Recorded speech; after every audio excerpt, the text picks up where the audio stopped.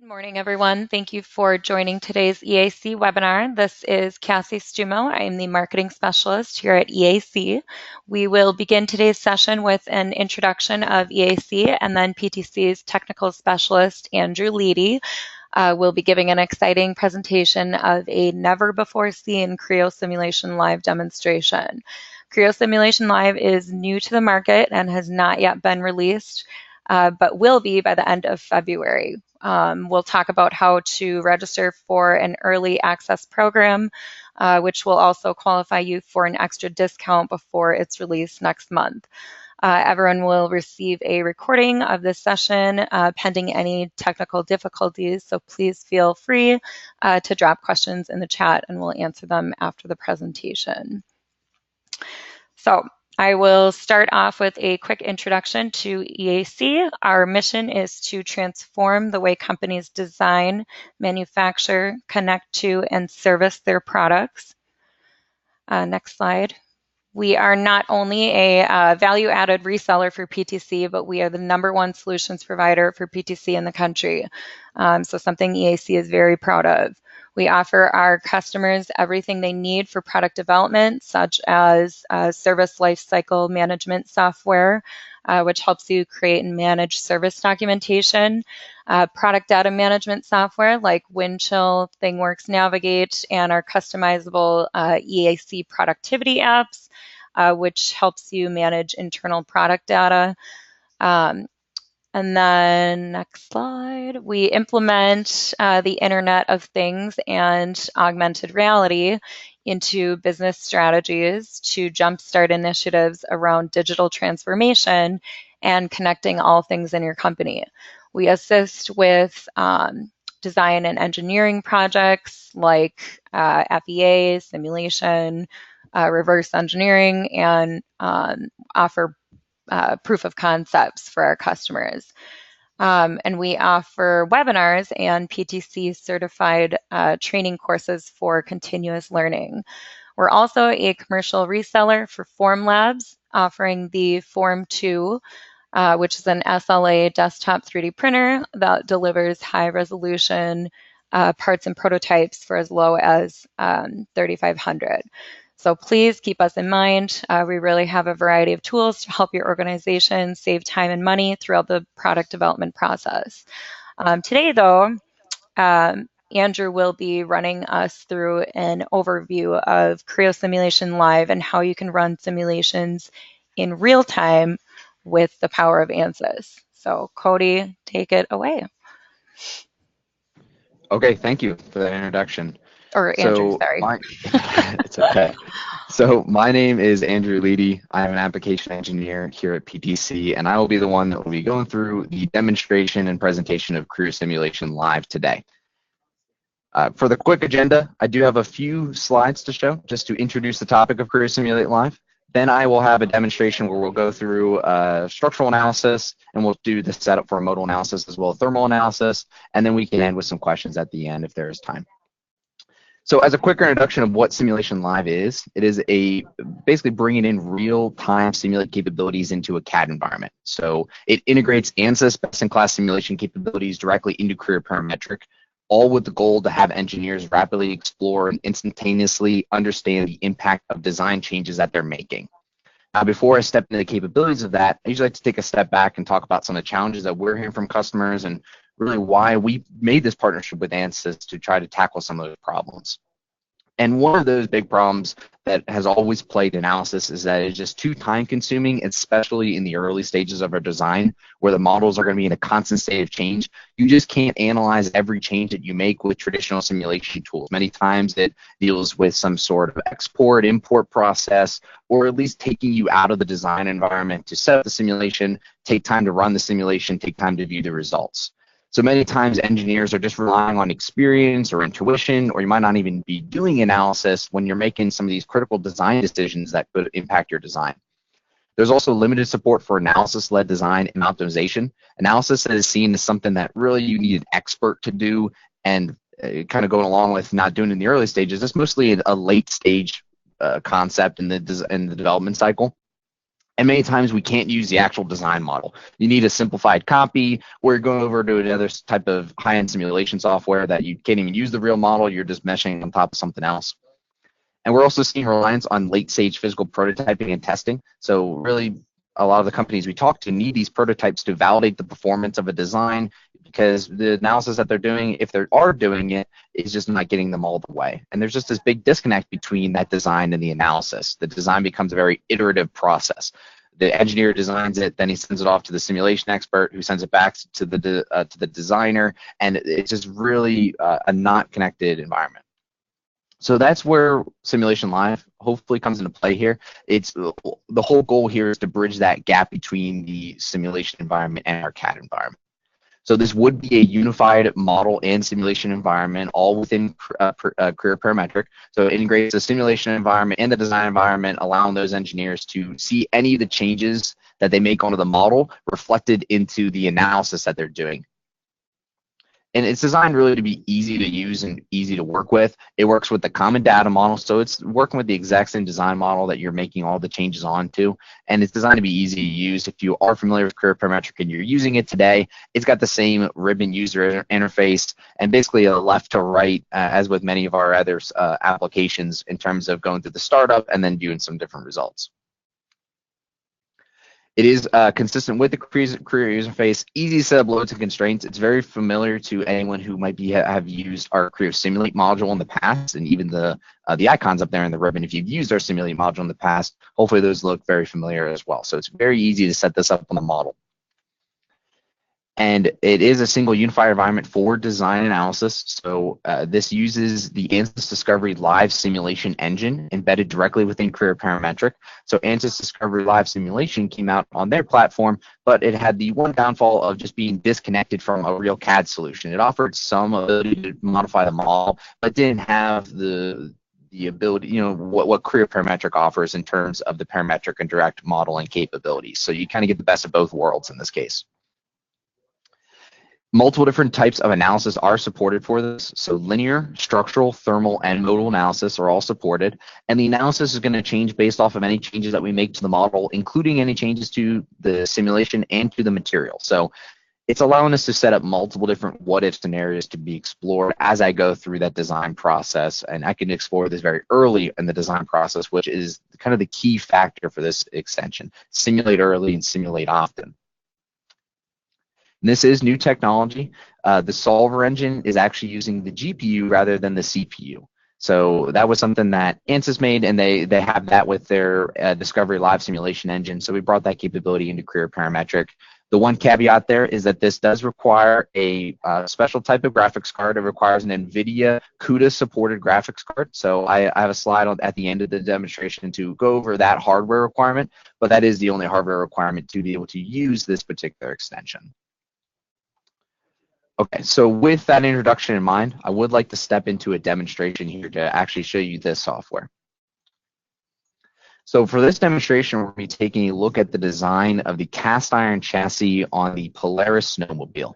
So I have a particular subsection of this model that we're going to be looking at first. The focus of this demonstration is going to be on exploring and finding the optimal design for this particular component here. And we'll set up a structural and modal analysis of the overall model to go through and play with the different what-if scenarios and see what happens if I make different model changes onto this and how it's going to be reflected in my simulation. Now, we do have a material already assigned to this. So to get the simulation to work, you have to have a material assigned so that it knows what to actually base the simulation off of. But once you have that, it's just going to take the actual design that we have, pair that with the material, and we could just go over to our Live Simulate tab, which is where I get all the Creo Simulation Live capabilities. So from here, I can specify what type of simulation I want to run, and I have the choice between structural, modal, and thermal, all linear analysis here. And I can also import this from existing simulations. So if I have stuff that might have been set up in the mechanism design option, or I might have some loads and constraints and simulation types already set up in Creo Simulate, I can also import those over to here and reuse some of the work that I might have done in the past. Now, the new simulation sits in our simulation tree right below the first structural simulation that we had set up. So I can have multiple different types of simulation running kind of don't run in parallel with each other, but I would just kind of toggle them on or off. I activate which one I want to be able to see on top of the model at any one moment. So here I have my new structural analysis, defaults to giving me my constraints and loads that I'm going to have to go through and apply. So here we're going to apply a fixed constraint onto a surface set down here towards the bottom left of my model. And then I have two different force sets that I'm going to be applying to this. And then, of course, I just have to go through and specify exactly what the value of those forces are going to be. Is there going to be an X, Y, Z component? What are going to be the units associated with that? So it's very easy, and I can rapidly do the setup for this particular model. And here I have on the right side, we have my second load set. We're going to be putting down on these three holes on the side here. Give these a different corresponding force set here as well. So put in my Y, put in the Z, choose the particular units that I want to be associated with that. And now I have the model all set up to start running my basic simulation here. And all you have to do to get the simulation to run is just click the simulate button, and it's going to go through and actually calculate what the simulation is going to be. And that's basically how fast the simulation is able to run. So this simulation took maybe 5 to 7 seconds. And note, before we did anything here, we didn't have to simplify the model at all. It runs directly off of our actual design part. So I could have just been making changes onto this, pop into the live simulation tab, run the simulation, and see the results right before me. Now, there are a few different ways to view the results that we get from this. So we can look at our result options. The very first thing we can look at is choosing the current result type we're looking at. So this lets us display on the model graphically the type of results we want to view. So I want to maybe look at my deformation. I want to look at the minimum and maximum of those deformation. It's a little bit hard to see because they're corresponding with the colors here. But over there on the left side of my model, I have a blue circle in the bottom left there that's signifying my my minimum. And on the far right, we have on the very end of the model, we have that red circle showing where my maximum deformation is. And that will be adjusted depending on what my current result type is. So if I'm looking at my von Mises stress, the circle is going to be in a different location than if I'm looking at my displacement. We can also animate the deformation. So this is kind of an exaggerated animation to show me exactly how this is moving. But I can always go through here and modify my deformation results as well. So I can do something like true deformation to see how much this is actually moving. So if it's only moving a millimeter, let's just show it moving a millimeter in the actual animation. So I can realistically see how this is going to react under the load sets that we have presented to the model. And we could always toggle back and forth between the different result types. They all stay in there. It's really just what I want to be displayed graphically on the top of the model at any point. And in this case, we're going to be looking at where my maximum von Mises stress is. So that's the first part of this demonstration, is just looking at how I can actually view the results whenever I run a basic simulation. But the real power of Simulation Live is seeing that live capability. What happens if I make a change onto this model? How do I go through that design process and view those the analysis results as I make any changes onto this model? So one area that we are going to be concerned with, and I would want to kind of point out, is where this maximum stress is going to be. I can choose that we want to kind of probe. It's called a simulation probe. It's looking on this surface that I have my maximum stress on, and then just putting that onto my model, so I can track these results as I make any kind of changes onto the model. Not just have to interpret my legend, but actually get what is the stress at this point and how is it going to change as I step through and make changes onto the model. So we can set up as many simulation probes as we want and have them running continuously as I make changes.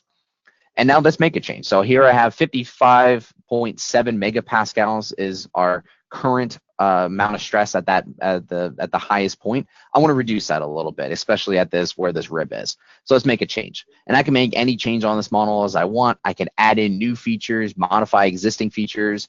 I can use other Creo extensions like our flexible modeling extension, maybe just to select this wall. I'm not really concerned with parametrically how this was designed. Maybe I just want it to be a little bit thicker. This would also work on something like an import part. If I take this part from another CAD source like CATIA or SolidWorks and I want to make a change onto the geometry, flexible modeling is really good for that.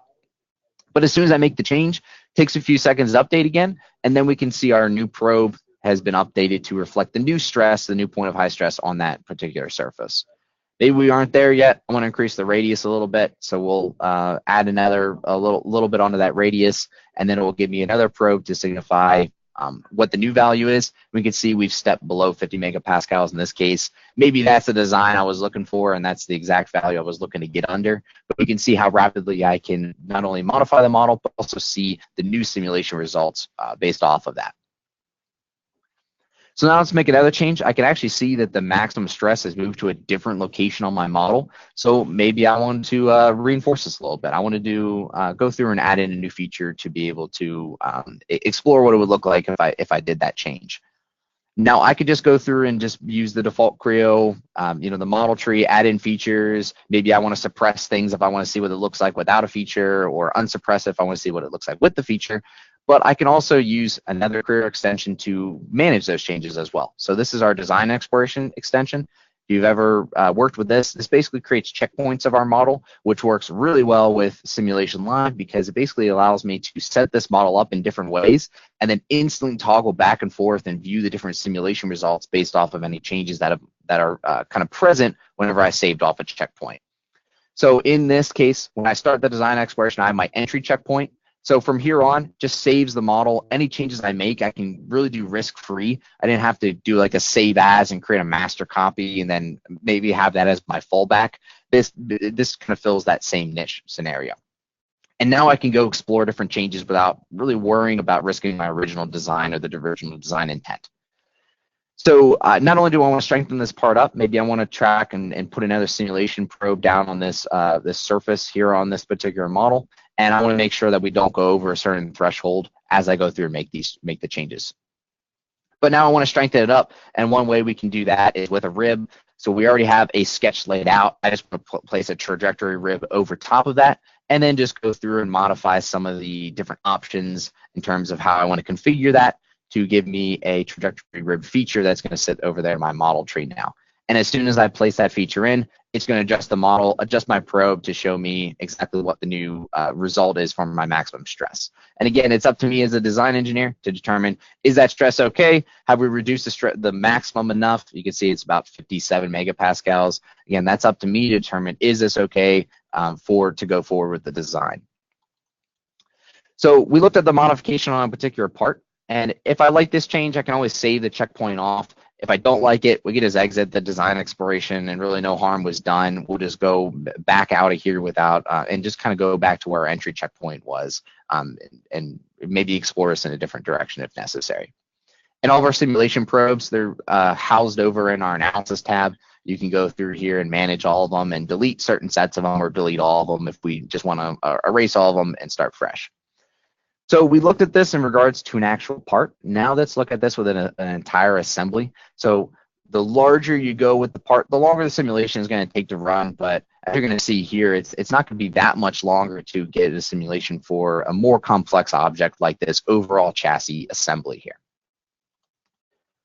So the setup is going to be very similar to what we did before. So we want to go through, choose from a particular simulation study that we have. In this case, we already have some fixed constraints and some different load sets, and it can actually pull them from another simulation as well. So we can reuse stuff that we might have set up before. And over here, we can look at the different loads that we've applied. This is going to be in different locations, but I want to be able to view what the results are going to look like based on these new conditions that we have for the model and for the overall assembly. So running our simulation in this case shows how those particular forces and constraints are going to affect the model. And once again, it's going to take a few seconds to actually launch the simulation and calculate everything. But as soon as it's done, we can go forward and look at the different results. So something like this, you would probably maybe even simplify this model, but we didn't have to go through and do any kind of model changes to be able to send this off and set up our simulation. Now, there are a few different render methods that we can look at that we didn't see before. So these are how I actually want the model to graphically display my results. So surface is what we're looking at right now. It's just displaying graphically at the surface that I'm looking directly at. But there are a few other different types of rendering methods that can be really useful. Something like inverse surface. I want to see what's behind the current surface I'm looking at. Max value, I want to see where the max value is on a surface, regardless if it's in front of a surface or behind a surface. Bring it to the front if it is behind something. So this allows me to be able to see and investigate my model a little bit better, even if without having to create cross sections to be able to see what's going on the inside. Just with this assembly, as we did with the part, we can animate this and see what this would look like as we go through and apply these forces and how it's going to deform. And I can look into the true deformation as well instead of that more exaggerated deformation that was just showing me how it was moving, but I want to see how it really moves. And in this case, maybe we want to make another change onto this. I want to make an assembly change. We want to add some additional parts in. So we can place another simulation probe on. This time we're going to be tracking the deformation at this maximum point of deformation. And I want to see if we add additional parts to add a little bit of strength up to my chassis, how is this going to actually update overall? So here in this case, we won't add in anything new. We just have some models that we had already suppressed. So this is a particular assembly and some additional parts that we have. But as soon as we unsuppress that, it was just like making a model change. It's going to take a few more seconds for the simulation update, but as soon as it does, you'll see our probe changes back, and we can see we significantly modified that maximum deformation. So again, it's up to me as a designer to determine, is this okay? Is this going to be okay for my design? Is this going to be okay for the analysis? So that's how we would go through and run a structural analysis within Creo Simulation Live. Now, the setup for a thermal analysis or modal analysis is very similar. We just go through, say, let's add in a different type of simulation. It's going to put it over into my simulation tree. And this is going to be a little bit different in this case because a modal analysis is different from a simulation, from a structural analysis, but it's going to be basically just as easy here. I apply where my constraints are going to be.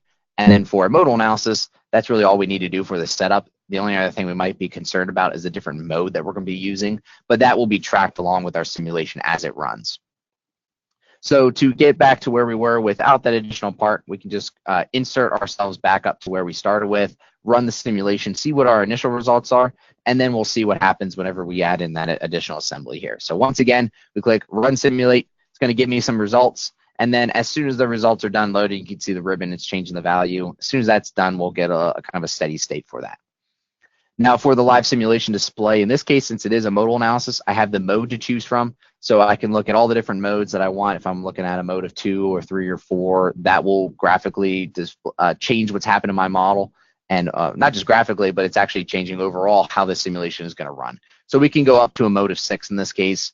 Maybe want to look at a mode of 4 and see exactly where the maximum deformation is going to be in that case. So it's all about going through, interpreting the results, and then if necessary, which in this case, we deemed it necessary, let's make some changes onto the model, see exactly how that's going to update everything. So here we can go through, see what that new assembly and parts do, and maybe this is going to be a little bit of a better scenario. We've reduced the deformation at the end piece in this case, but again, I have the ability to go through and kind of interpret the results however I want. So that is the setup for the structural and modal analysis. So one other thing I do have to show is how this would look in a thermal analysis as well. So for a thermal analysis, we have an engine piece in this case, and we're going to be doing the setup from this.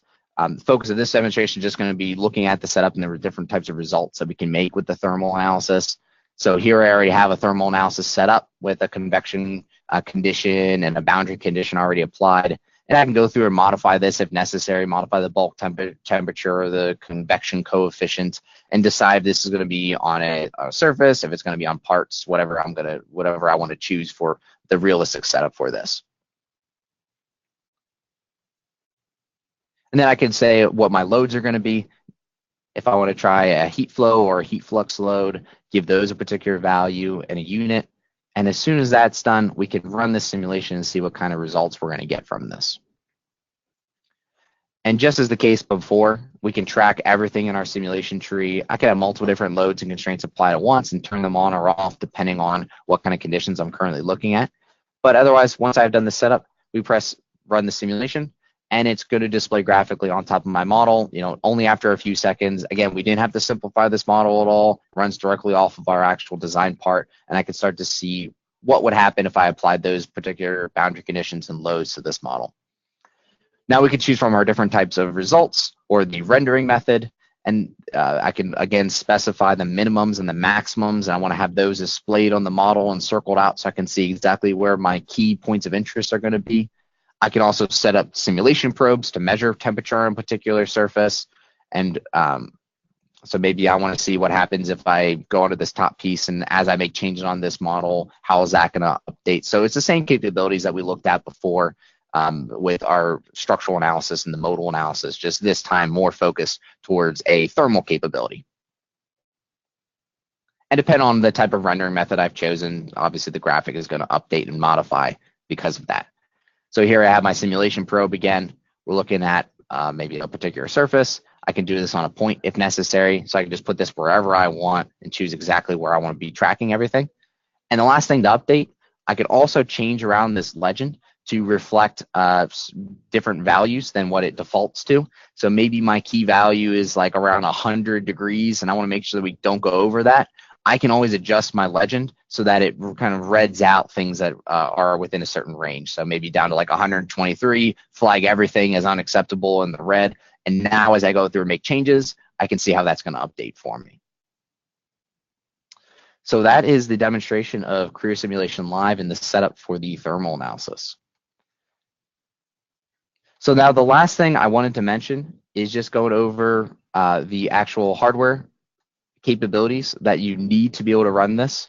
So it does require a NVIDIA CUDA supported graphics card. The minimum for that is going to be 4 gigabytes of RAM, but the optimal performance is 8 gigabytes or more. The more RAM you have, the better the results. And it's not just in terms of the actual speed, RAM is accuracy in this case too. So the more RAM you have, the more accurate the results are going to be. But I've seen it run on the 4 gigabytes of RAM, the minimum hardware. I've seen it run on devices that have that minimum condition. They're still able to get really good results out of it. But I just want to be transparent about the hardware requirement. And with that, I have nothing really else to show for the demonstration. I guess I could pass it back off to Casey. Awesome. Thank you, Andrew, for the demo. Before we get into discussing the early access program and answering any questions, I want to quickly mention that we do have a few webinars coming up this month. If you're looking for more information on a program that can handle your engineering calculations, PTC is hosting a MathCAD webinar on the 22nd. We're hosting a webinar that will accompany 2 PTC guests that will show us how technicians can use a product called Vuforia Check for powerful remote guidance. And then lastly, we're starting a new short webinar series for those that are already using PTC products and need a little more guidance or helpful tips on how to use them. This one is on the 24th that will demonstrate how to use Windchill's multifaceted search techniques.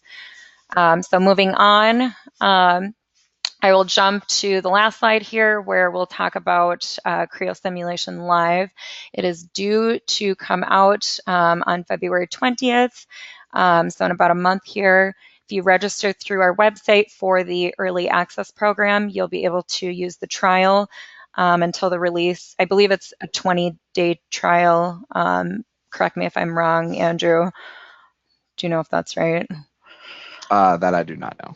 Okay, I believe it's 20 days, but either way, it'll be here soon. So if you register through the website, you have access to the trial until the release, and then you'll be able to get the early access discount pricing.